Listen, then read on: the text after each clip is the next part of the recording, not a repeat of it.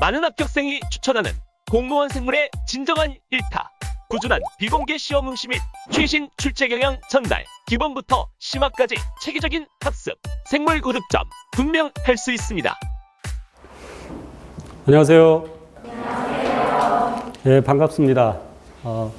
제가 늘 강의 첫 시간에 얘기하듯이 여러분을 합격의 길로 안내할 최정환입니다. 우선 오리엔테이션을 짧게 하고 진도 나갈게요. 이 과정은 하이스코어 심화 생물로 하는 심화 이론 과정입니다. 공무원 생물 심화 이론 과정인데 대상은 우선 9급 의료직, 보건직 등등, 그리고 8급 간호직, 그리고 7급 임업직이나 녹지직, 그리고 6급 연구사를 대상으로 합니다. 이 수업은 기본 이론 과정을 수강하였고 충분히 소화하고 있다는 전제하에, 여기서 충분히는 대략 85% 이상 소화했다는 전제하에 강의를 진행합니다. 그래서 여러분이 매 강의 전에 집에서 어떤 작업을 하셔야 되냐면, 이 교재는 두 부분으로 나눠져 있죠. 각 단원별로 선수학습과 그리고 확인학습으로 되어 있습니다. 선수학습은, 저는 선수학습을 굉장히 강조합니다. 여러분이 학교 다닐 때, 중고등학교 다닐 때 선행학습을 많이 해봤죠? 크게 도움이 안 되었죠? 되었어?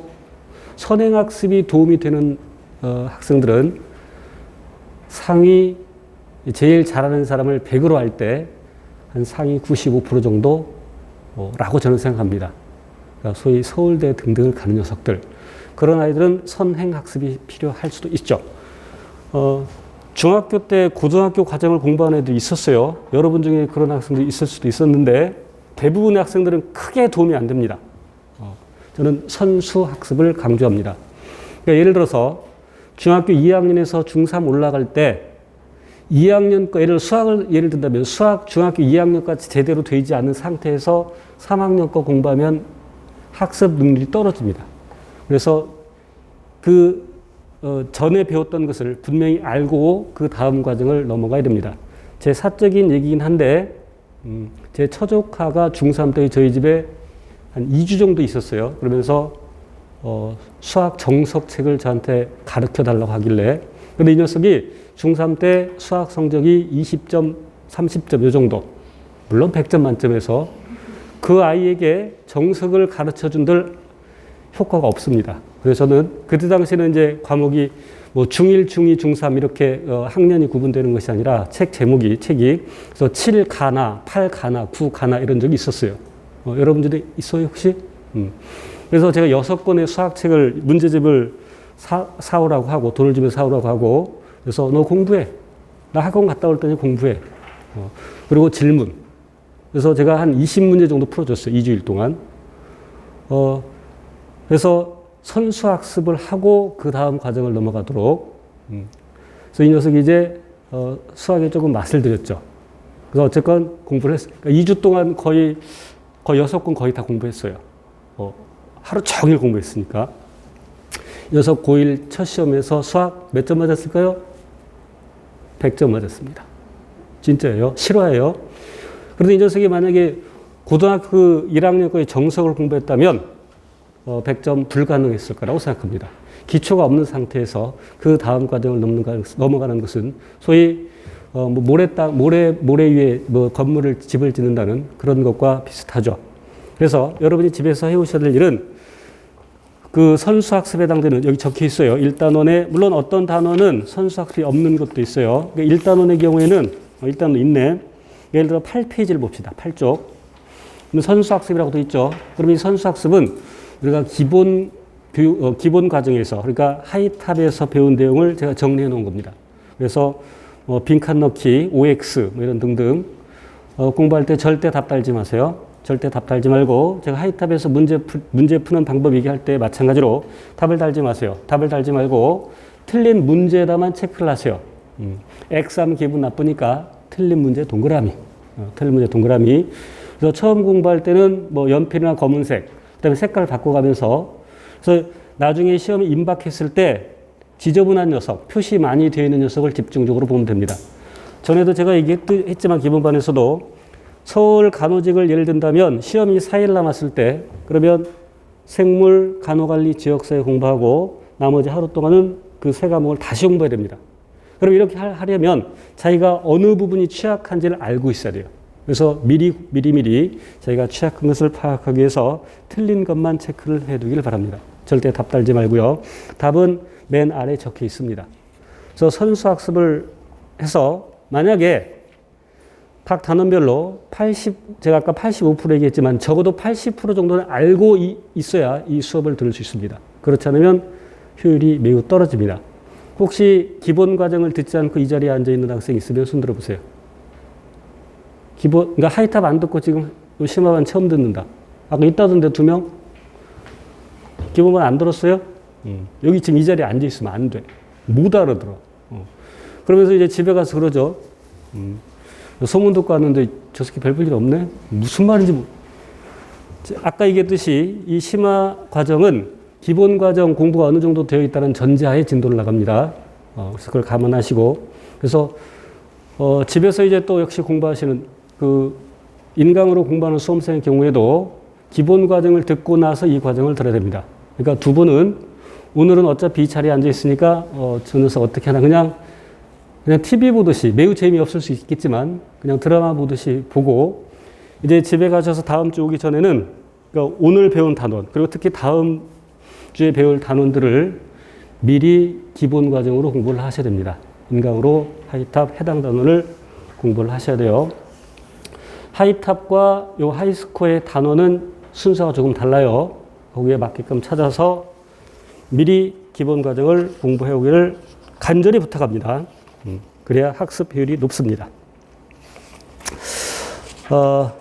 이제 또 이야기 길게 하면 재미없으니까 바로 진도 들어가겠습니다.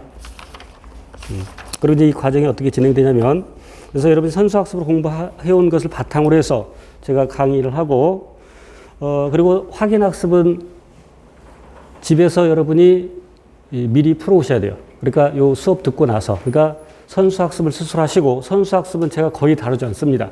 어쩌다가 필요한 것만 조금 다룰 거고 선수학습은 거의 다루지 않고 이제 이 PDF 자료로 진도를 나간 다음에 PDF는 제가 이게 이제 한 페이지 한 장당 집어넣으면 두께가 너무 두꺼워지니까 한 페이지당 2개씩 집어넣어서 그림 2개씩 집어넣어서 카페에 이미 올려져 있고 그러나 좀 지난 거니까 업그레이드된 게 좀 있을 수 있어요. 단원별로. 그래서 그거를 제가 단원별로 올릴 테니까 다운 받으셔서 오늘은 안 가져왔지만 제가 아직 안 올렸기 때문에 미리 가지고 오셔야 됩니다. 그래서 필요한 거 필기하시고 그래서 요 그림 위주로 설명을 드리고 그리고 확인학습은 집에서 수업 듣고 나서 푸시고 역시 가급적이면 답을 달지 마세요. 답을 많이 단다면 여백에다가 이를테면 10쪽에 뭐 알아서도 그렇게 잘하는 수험생들이 있는데 이를테면 10쪽에 보면 요 번호 있는 데 있죠. 거기다가 답을 적으세요. 만약에 답을 적겠다면 지금 여기 답이 오른쪽 맨 아래 답에 다 적혀 있어요. 그러니까 답을 굳이 잘 필요 없고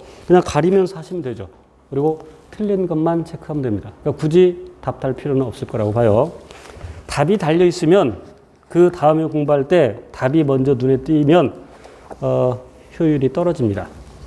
이것이 만약에 운전면허 시험이다 그러면 운전면허 시험의 경우에는 답에다 체크해 놓고 그냥 한 번 보면 됩니다.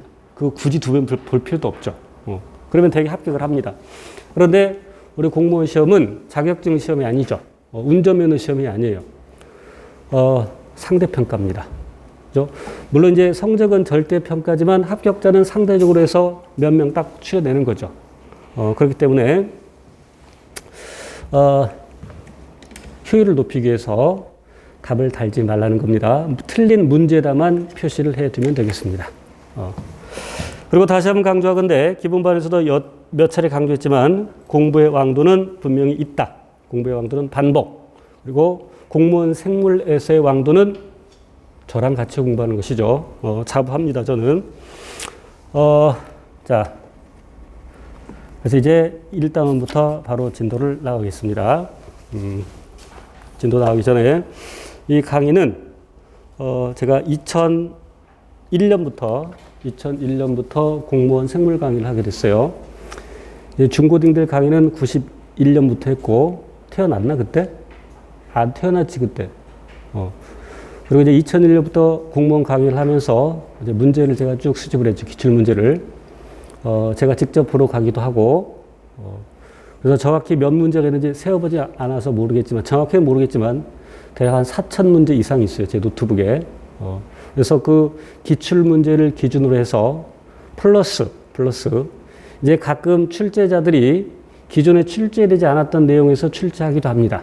그래서 그런 걸 감안해서 출제될 수 있는 내용까지 강의를 합니다. 그래서 제 강의가 어렵다고 소문이 나 있습니다. 그러나 어려운 것이 아니라 어려운 것까지 가르친다라는 것을 분명히 알아야 되겠습니다. 자, 이제 진도 나갈게요. 물론 1단은 쉬워요.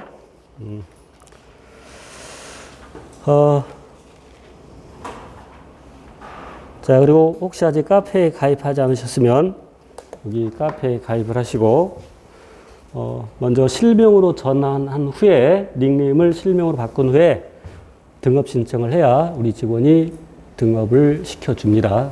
실명이 아니면 절대 등업도 안 되고 실명이 되지 않은 상태에서 질문하면 답변도 해주지 않습니다. 자,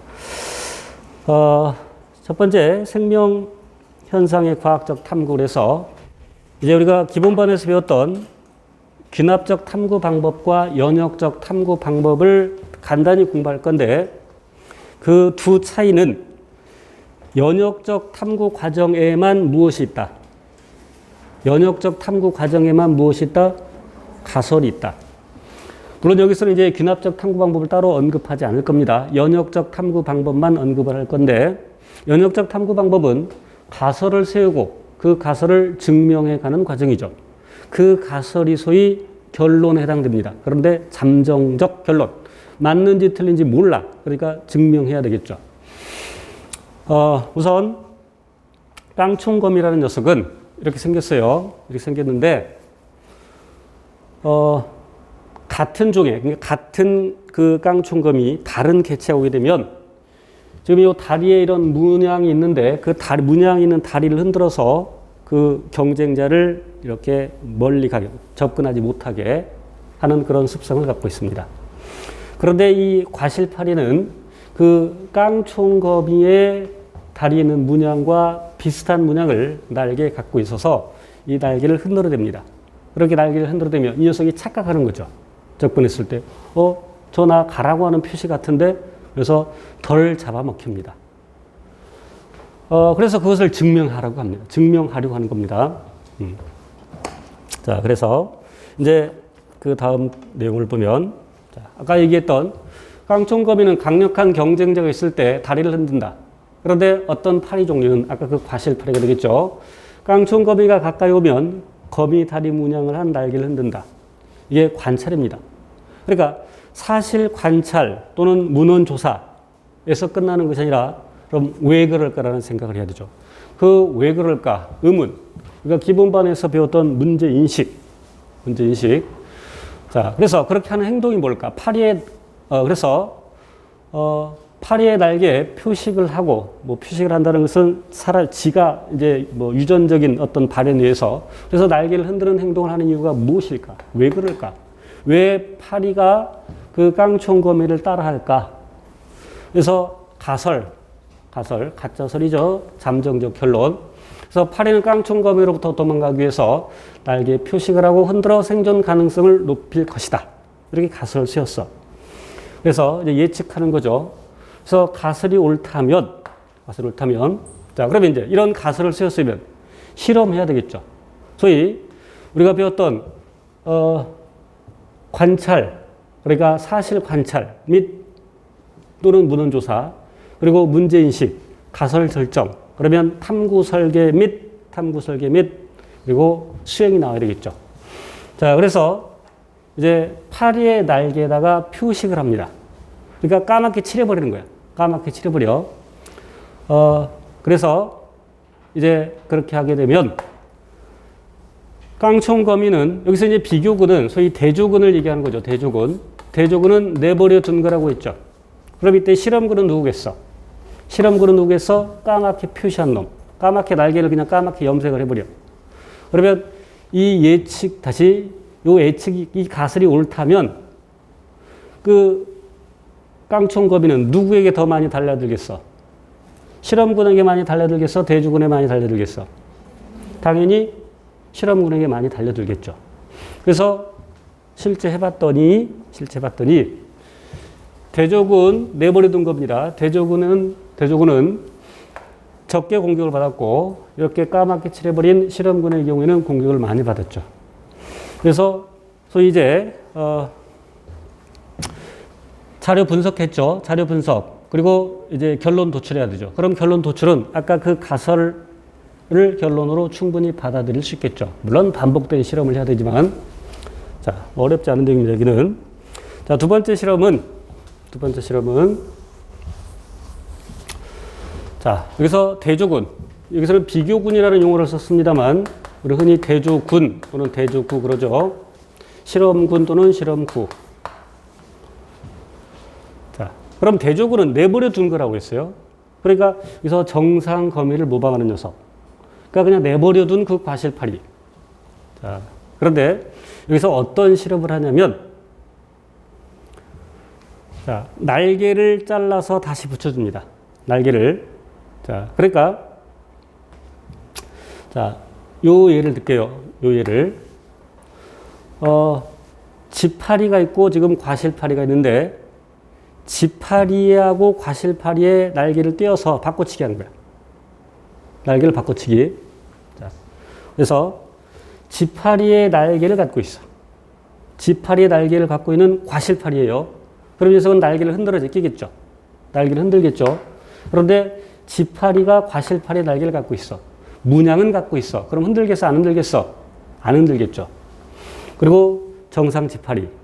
자, 그러면 날개를 떼었다가 다시 붙이는 행위가 영향을 줄 수도 있죠. 그래서 요 대조군이 또 필요한 겁니다. 내버려둔 대조군도 필요하지만 그러니까 과실파리에서 날개를 떼었다가 다시 과실파리에 붙이는 거예요. 여기서 날개 바꿔치기 했을 때 날개를 떼었다 붙여야 되죠. 그것이 영향을 줄 수도 있으니까 과실파리에서 날개 떼었다가 다시 과실파리에다 붙여주는 거예요. 됐죠? 자, 그랬을 때 요 실험군에게 그러니까 대조군에 비해서 실험군이 공격을 많이 받았죠.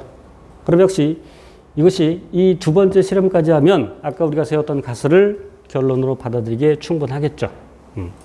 그래서 이제 여기에 시험이 나온 적이 있는데 특히 요 실험이 나온 적이 있어요. 별것도 아닌데 누구한테 많이 달려드느냐. 실은 변별력이 없는 그런 문제가 나온 적도 있어요.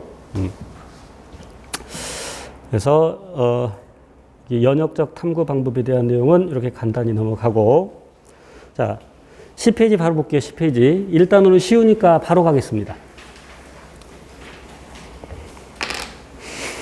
혹시 예전에 파란색 표지로 공부한 수험생들이 전에 있을 수 있어서 그 교재와 거의 같습니다. 심지어 표지까지도 표지를 바꿔보려고 했는데 디자인이 너무 마음에 안 들어. 표지 디자인이. 표지 디자이너가 바뀌었어. 그래서 처음 그 파란색 표지를 할 때는 7개인가를 줬어요. 표지를. 시안을. 그래서 7개에서 내가 뭘 고를지 모르겠어. 너무 다 잘 돼 있어서. 근데 이번에 시안을 역시 7개 받았는데 어느 걸 고를지 모르겠어. 다 안 좋아서. 그래서 그냥 색깔만 바꿨어요. 옛날 표지에다가. 그리고 지금 요 1단원이나 조금 바뀐, 1단원 거의 없고, 각 단원에서 조금씩 바뀐 내용들이 있어요. 단원이 옮겨간 경우도 있고, 또 추가된 내용들도 있고, 그래서 전에 파란색 표지로 이 수업을 듣는다면 좀 불편할 것입니다. 그래서 1번, 가설. 가설은 왜 세우냐가 나오죠. 가설은 고찰된 사실, 관찰된 사실을 설명하기 위해서 가설을 세우는 거죠. 그래서 그 고찰된 사실을 설명할 수 있어야 하고, 맞죠? 또한 새로운 사실을 예측할 수 있어야 하죠. 맞습니다. 자, 화면 보겠습니다. 생물학적 구상의 단계 그랬는데, 우리가 기본반에서 배운 것처럼 생물의 기본 단위, 생물의 구조적, 기능적 기본 단위를 그림이 좀 작지만 보세요. 세포라고 하죠. 여기 세포라고 적혀 있습니다. 세포. 생물의 구조적, 기능적 기본 단위. 그래서 세포를 기본 단위로 해서 생물이 구성되는데 구조와 기능이 같은, 강조했었죠. 구조와 기능이 같은, 적어도 유사한 세포들이 모여서 조직이 되고, 자, 그리고 서로 다른 조직들이 모여서 기관이 되고, 서로 다른 조직들이 모여서 기관이 되고, 그리고 이제 식물에만 있는 단계 조직계, 동물에만 있는 단계 기관계, 이렇게 얘기할 수 있겠죠. 여기는 지금 식물을 예를 드는데 기관계를 주었지만 식물에만 있는 단계 조직계, 그리고 동물에만 있는 단계 기관계, 그 기관들이 모여서 생물이라고 적혀 있지만 여기 생물이라는 얘기는 개체라는 뜻입니다. 개체, individual, 개체. 자, 그리고 그 개체들이 일정한 지역에 모여서 함께 살죠. 일정한 지역에 현재 살고 있는 동종 집단을 개체의 무리라는 뜻에서 개체군이라고 하죠. 그리고 그 개체군들의 집합, 군집. 그런데 군집은 생물로 구성되어 있는데 북한산의 여러 가지 생물, 그러니까 북한산에서 다람쥐 개체군, 그럼 북한산에 다람쥐 개체군도 있고 청설모 개체군도 있고 뭐 살모사 개체군도 있고 소나무 개체군도 있고 이런 걸 다 통틀어서 군집. 거기에다가 그 군집과 함께, 그러니까 생물이겠죠. 생물과 비생물 합해서 생태계. 그리고 생태계들의, 그런 여러 생태계들의 합 생물권. 그리고 우리가 살고 있는 지구가 되겠죠. 세포 아래 단계로 보면, 세포를 더 쪼개 보면 세포 소기관이 있고, 특히 진핵생물은 막성 소기관을 갖고 있죠. 그 세포 소기관들을 더 쪼개면 분자로 구성되어 있고, 이미 기본반에서 배운 내용입니다. 물론 이제 물리나 화학에서는 분자를 더 쪼개죠. 그래서 분자는 원자로 나뉘어지고, 원자도 여러 구성 성분들이 있죠. 그러나 그렇게 들어갈 필요 없고요. 그래서 분자 수준에서 생명 현상을 이해하려고 하는 것을 분자 생물학, 세포 수준에서 생명 현상을 이해하려고 한다 세포학 등등. 그리고 개체 이상에서 생명 현상을 이해하려고 하는 학문을 생태학이라고 하죠. 그래서 생물의 범주, 생물학적 구성 단계와 생물학의 범주를 간단히 살펴봤고, 물론 생물학을 나눌 때는 뭐 형태학, 분류학 등등 나눌 수 있지만 그런 건 거의 시험에 나오지 않으니까 크게 걱정할 필요는 없습니다. 자, 그래서 2번 보면 10페이지 2번입니다. 자, 생물은 분자 수준으로부터 높은 수준으로 한 단계씩 올라갈 때마다 아래 단계는 볼 수 없는 새로운 특성이 나타나죠. 그러니까 예를 들어서 우리의 소화기관인 위 생각해 봅시다. 위. 그럼 그 위는 기관인데 세포로 구성되어 있죠. 그럼 그 세포들이 모여서 물론 위에 그 안쪽, 맨 안쪽 위에 공간, 소화 공간 있는 그 소화강 있는 그 요는 상피세포로 되어 있죠. 그럼 그 상피세포들이 모여서 위에 상피 조직을 구성하겠죠. 자, 그런데 소화라는 것은 그 세포 수준에서 일어나기는 어렵죠. 사람을 예를 들면. 왜냐하면 호르몬의 도움도 받아야 되고 신경의 도움도 받아야 되고, 그죠? 그럼 세포 혼자서는 할 수 없는 기능이 조직 수준에서 나타나고, 조직에서는 할 수 없는 어떤 그 특성이 기관 단계에서 나타나고, 기관에서 없는 특성이 또 개체에서 나타나고, 그 아래 단계에서 없던 특성이 윗 단계에서 나타나는데 그것을 창발적 특성이라고 하죠. 아직 시험에 나오지는 않았습니다만 나올 수 있습니다. 창발적 특성. 그래서 답은 창발적 특성. 이러한 특성은 복잡성이 증감에 따라 나타나는 부분들의 배열 및 상호작용에 기인한다. 자, 그 다음에 3번 구조와 기능이 다른 세포들이 모여서 조직을 이룬다. 방금 강조했었죠. 구조와 기능이 같은, 적어도 유사한 세포들이 모여서 조직을 이루고요. 4번 기능이 다른 여러 조직들이 모여 기관을 이룬다. 맞죠? 그래서 이제 아까 우리 생물학적 그 구성 단계를 살펴봤는데 5개 체계 다시 한번 외우고 갑시다. 외웠는지 확인해 볼게요. 5개 뭐 쓸 것도 없죠. 바로 화면 볼게요. 원핵 생물계, 그리고 원생 생물계, 식물계, 균계, 동물계 이 5개 체계죠.